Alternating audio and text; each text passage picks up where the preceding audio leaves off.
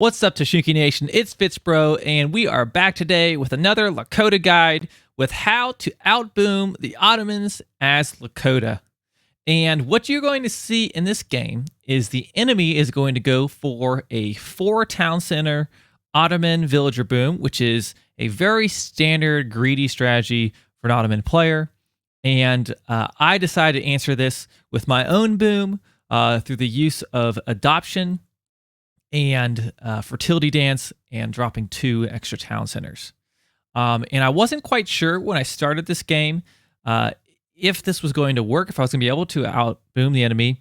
And I actually wasn't originally planning on doing this strategy. I was kind of feeling it out as we were going, which I want to stress with any of my strategies you watch. A lot of it, you take it as a guide, but you have to adapt depending on what you're scouting from the enemy, and that's exactly what I did here. Okay. So to start off, we are on a map without any trade posts, which I typically don't like not having a trade post as Lakota. But since you can't get that age 1 trade post as easily anymore, I actually think it hurts Ottomans more than me in this situation. So some of the card order that you're going to see me send might be different from what I might have done on a map where I had more experience coming in from some other trade posts. So what I did here is you can see I'm just gathering a bunch of treasures with my war chief running around the map. There's some decent llamas that you can capture on this map, which is really going to be nice for some food, mid game, or if you need food in a pinch. So go around and you definitely want to pick those up as quick as you can. And the first card I am going to send is going to be the standard villager shipment in age 1 as we move up here, heading towards the age 2. And my original thought was, against Ottoman, what are some things that he might do against me? So I was just picking my deck there. One thing that I've seen a lot of Ottoman players do is do a double barracks Janissary rush and overwhelm my base with a bunch of Janissaries. So you have to be scouting to see if they're doing anything like that. Another option, it's very standard for them to do a fast fortress. So you can scout and see the fast fortress. They have quite a fast, they're able to get to age 3 pretty quickly. So usually you really have to do something crazy if you're going to try to stop that. I personally don't like trying to rush or do a timing attack on their fast fortress because you run the risk of if it fails, you're just completely sunk. And I think it's pretty easy for them to turtle back. If they've got Abyss, Janissaries are pretty tanky.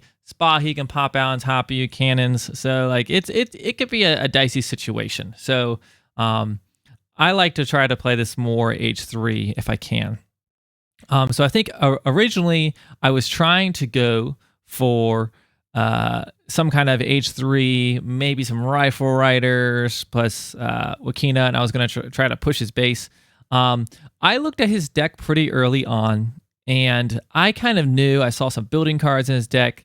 I figured he was going to be going for this full town center boom as Ottomans. And so what they'll do is they'll drop 4 town centers down. Of course, Ottomans are getting their villagers for free. They just get a ridiculous eco. And if you're busy fighting, while you have to manage adding extra town centers, micro your vills and all that, their town centers just keep producing vills. So it can really snowball as far as their economy goes. So you have to have a very clear decision what you're going to do to counter it, because next thing you know, they're just going to outboom you by a ton and be able to outproduce you. So we're picking up some nice treasures. We knock his low XP explorer back, which was very nice. And you see we're going up here to H2. Now I did drop a market and grab hunting dogs. And I honestly think at this point in the game, I still wasn't really sure what I was going to do, because I still was trying to figure out, is he going to rush me? What's going on? And honestly, with my explorer up there, I'm getting those treasures, but I'm not scouting to see if he has any forward villagers. So that's certainly a risk I could have taken. But with that in mind, I typically have the Seaton shipment in my back pocket just in case if I need to hold off some Janissary pushes.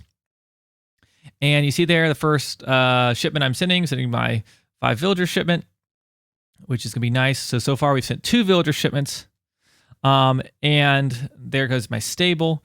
I was thinking, well, if he's going to be doing sitting in his base, because I looked at his deck, I figured maybe I could go harass him with some axe riders or bow riders. But I actually wasn't really sure if I should drop the stable or the war hut. I was originally kind of macroing to do maybe make some Seton, and I think I actually do drop the war hut as well, which I think was okay in this situation. But kind of feel it out, decide what you want to do here during this transition. Okay, so right here, when I see he's got this pretty extensive walls, he's got a defensive tower there, we know that this guy is definitely not going to be rushing me. So at this point, I'm moving all my villagers over to food and to gold, and I'm macroing, my eco. I've already sent 2 villager shipments, which is nice. And I had to make a decision because on this map, you don't have that extra XP coming in. Now, sure, I could put down a war hut, a community plaza, and dance for some experience. But I generally don't like to do that till about H3 when I feel like I have some villagers to spare for the XP. And I actually decided to send the Great Hunter card here, which I think is one of the best eco shipments in the game. It gives a not only your hunting boost, I think it's 25%. It also changes the yield of your hunts. So it's overall just an excellent eco card, especially for a food-heavy civ like Lakota. And the other thing to think about is I feel pretty confident that we're going to have map control with him turtling in his base. And so my initial fear is that he is building a ton of towers, forts. He's going to upgrade these bad boys. He's got advanced fortifications. That's what I'm really worried about right now. So I'm trying to just play as greedy as possible so I can try to push him once I get my boom underway. So adoption's going to land. Now, typically, if I'm going to Fast Fortress, I would take a trade post and maybe go villagers. If I want to be real greedy, villagers, Great Hunter, and then 700 gold. And I would be training some cavalry to go raid. But I really didn't want to go be raid with thinking he might have some Janissaries sitting in base. Axe riders are not going to do well. The bow riders are going to do okay. They're not going to do very well in small numbers.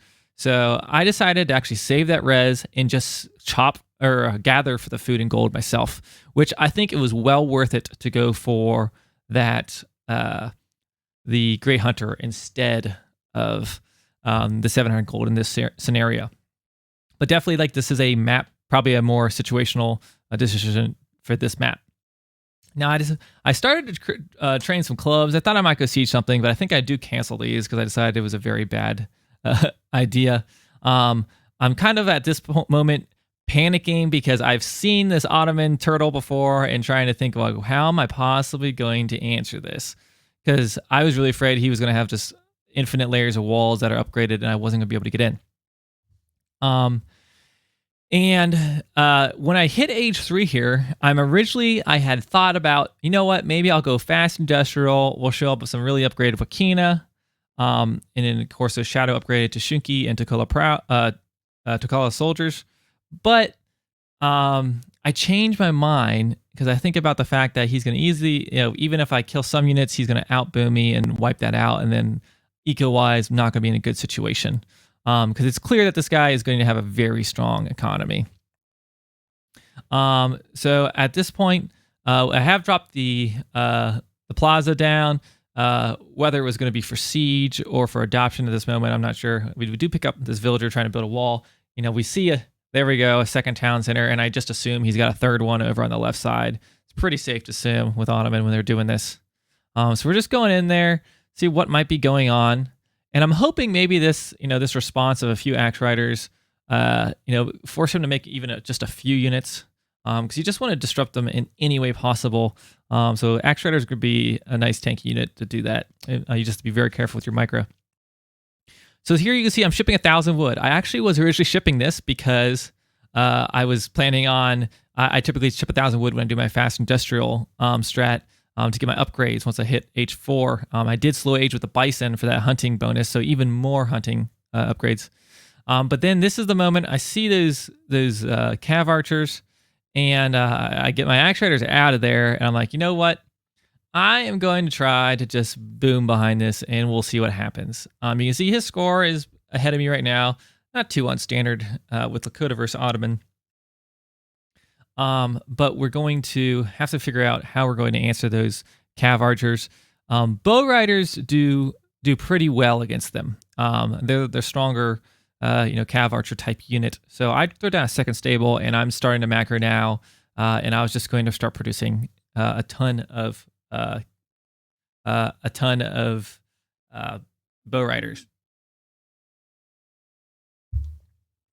Okay, so I've trained a batch of Wakina as well, figuring maybe we could go push him, get a shot on some of these cav archers if they decide to push me. And meanwhile, you can see I'm dropping my second town center there on the left, and I have 400 wood left over, and I'm going to drop a third town center on the right. Adoption's on the way. So at this point, I've very much committed to, I'm just going to boom everything I have, see how many villagers we are able to get. And I wasn't sure if we would be able to outboom Ottoman with this. I wasn't really sure if this was going to be enough. Now, perhaps he had invested in some army, seeing that I was poking around the map. But honestly, I wasn't sure. I had not tried this before, so it's very much an experimentation. And I start to move almost all of my villagers over to food. You see, I have 29 villagers at the moment on food. And as soon as that adoption comes in, those town centers are going to be down. We're going to be able to really start booming out some villagers. Now, in a lot of games, if I was actually facing some significant pressure here, I typically like to just drop a one additional town center, so 2 town centers with adoption. I think is a lot of times a lot better than having 3 town centers. And in this scenario, enemy's not pushing me at all, so we're safe to go for the third one. So I'm able to just pour everything I have into food, because that's the biggest thing here is you've got to really have that food income. And thankfully, with the slow age plus the great hunter, we're in a really good spot at the moment. So still got, most of my villagers on food. And I do pop 9 villagers onto the community plaza to do the fertility dance, which is going to make those villagers come in even faster.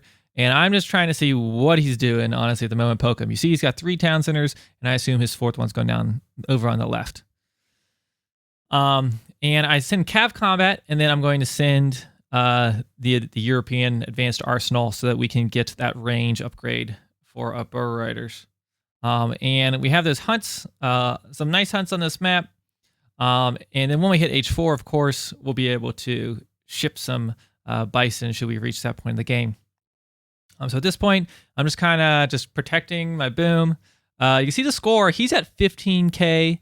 So I was a little nervous at this point. I'm like, are we going to be able to outboom this? He's got 4 town centers. Let's see what it's going to look like. And you're just keep an eye on that score as we move forward here. As you can see, we slowly actually pull ahead. And for me, anytime we start to get ahead with score with Lakota, I feel like you're doing a good job. So we go over, put some pressure on this. I'm using my Wakina just to kind of box out his cav archers. I assume he probably hasn't made a ton of army since he's been investing all these town centers. There's his cav archers. This is kind of a weird fight. Minimin pop out on me. He does have a pretty decent sized army there. I think I decided to back off just because I don't know, Spa here about to pop out on me. If cannons are behind that or what might be coming at the moment. So I pull it safe. I see he has pulled Minutemen from at least 2 town centers. So that's a good use of wasting his resources. And we just keep booming up these villagers.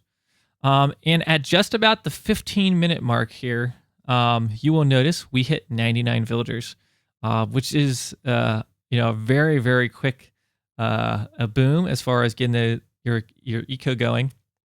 And what you need to do is once you are at that threshold of 99 vills, get that max pop army, over pop with the big button, and go attack before they have turtled up too much.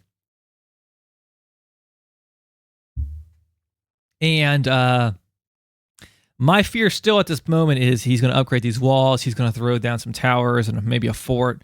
And that's the problem with bow riders. They're good against units, but aren't going to be so amazing versus buildings. So I really want to try to deal some kind of blow to him before he gets full turtled up, which is why I keep poking him here. So at this moment, I'm still not confident that this is going to work out. You can see we are ahead in score here, so you can assume at this point, we're probably outbooming his villager boom. there on the right there, here comes a few cav archers. We just knocked down that wall, and I think I back up. And I actually, a lot of times I don't love using Wakina, but I decided to drop a second war hut and just go double on the Wakina production because, I see he's got a ton of cav archers. Wakina are going to do well against those. And are going to do okay, if he's got Janissaries or Abyss guns, it's going to be okay. So I decided to invest in more of those because his Abyss are going to hard counter my my bow riders. So we're still doing our adoption boom. We're at 87 vills at this moment. We're just over the 15-minute mark. So I guess I lied a little bit. We'll be at 99 vills here very soon. And at this point, we're just booming, booming, booming. We have all this food income. We also have control of the gold that's mid-map. Now, he has a lot of control of gold mines in his base, so he's not in too terrible a position at the moment. And you see I get that counter infantry rifling at the arsenal so that my Wakina can deal some more damage if he's got any Janissaries. And then we also have the bow rider range upgrade now. And then later here, you're going to see I get the siege upgrade for my cavalry. So I'm just securing the extra hunts that are just outside my base. And then finally put down a farm. There's another food upgrade you can get at the farm. And then I'm able to fatten out those llamas. Honestly, I feel like maybe I could have done this sooner, but I never felt like I was really hurting for food this game. So I wasn't too worried about making that investment too soon. They were there, and honestly, I don't think I ever actually end up eating them this game. We just had so many bison. But if we were in a situation where we were having pressure, weren't able to just have every hunt on the map, those llamas certainly would have been useful. But we're doing fine as far as production goes. Okay, you can see we are at 99 vills, and at this point, I'm trying to, we are also at pop max. So the only thing left to do really is age up, upgrade my units. And right now, I feel like the clock's ticking. He could really be turtling up, having lost layers of walls, which honestly, I feel like I gave him a little too much room as far as that's concerned. So we start to push a little bit. I figure we probably have a larger army mass and certainly a stronger army at this moment, particularly with the addition of our community plaza should we need it for some war dance. So we're trying to go snipe some town centers, and I'm just boxing them out with this Wakina. I mean, I have 50 Wakina, which is a lot of those guys. And if he shows up with any cannons, we got some bow riders to deal with them. So not too concerned at the moment. Okay, so I am working towards H4 right now. You can see I am getting those upgrades for my units. I perhaps could have delayed a few of these upgrades or buildings I just laid down to age up a little sooner here, but I know I have that fast age in my pocket, having already done the bison age up. So this is going to be a really quick age. And if you're able to pull off a greedy H3 with the bison, it is awesome having the fast age. I'm in H4.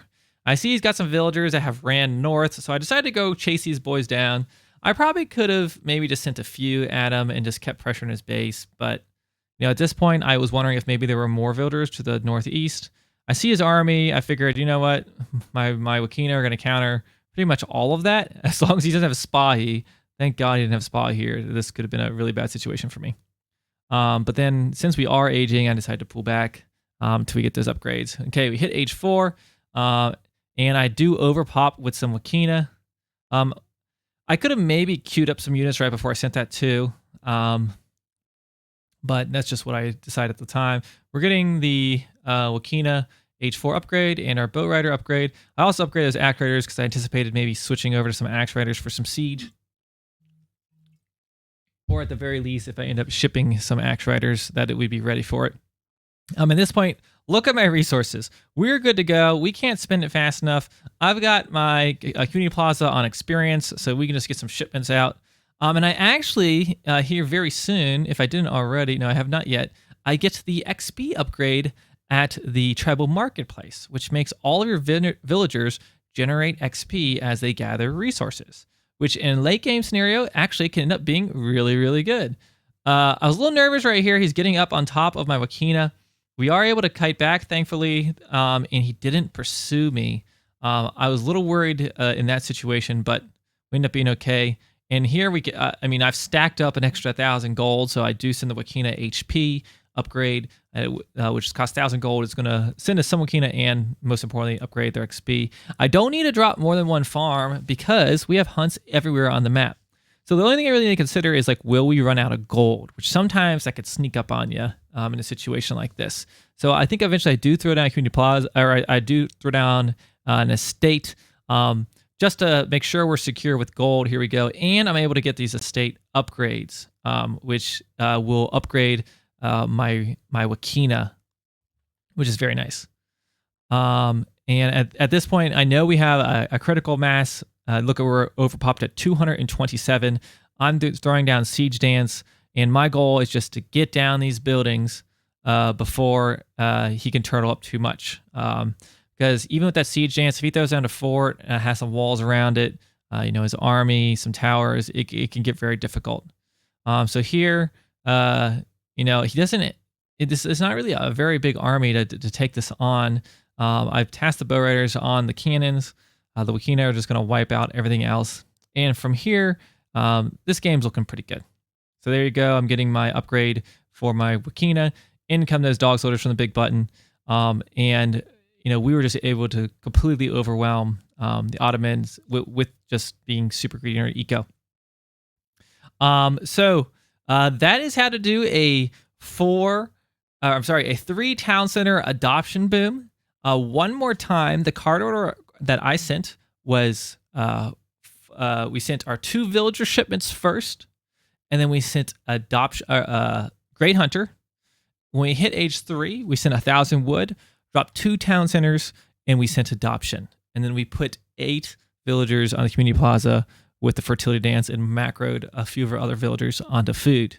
Now, as I mentioned, if you're in a situation where he's actually pressuring you and you were trying to do this kind of adoption boom, I would recommend doing 2 town centers because otherwise you're not able to keep producing units, have the food you need to keep up villager production on 3 town centers and fight off an advancing enemy. So sometimes 2 town centers can be a better option to be able to, so you don't have to put every villager on food. But of course, getting away with the age up with Bison in age 3 certainly was critical to skyrocketing our boom along with that adoption and the Great Hunter. So hopefully this is a strategy that you can try against some of your opponents that like to sit in their base. I've done something similar against turtling Dutch opponents and Portuguese. I would like to hear what your variants of the adoption boom might look like and success stories you've had. Okay, until next time, I will see you over on Twitch. Hey guys, if you have not already, head on over to twitch.tv/FitzBro and hit that follow button to catch my next gaming live stream. I'll see you there.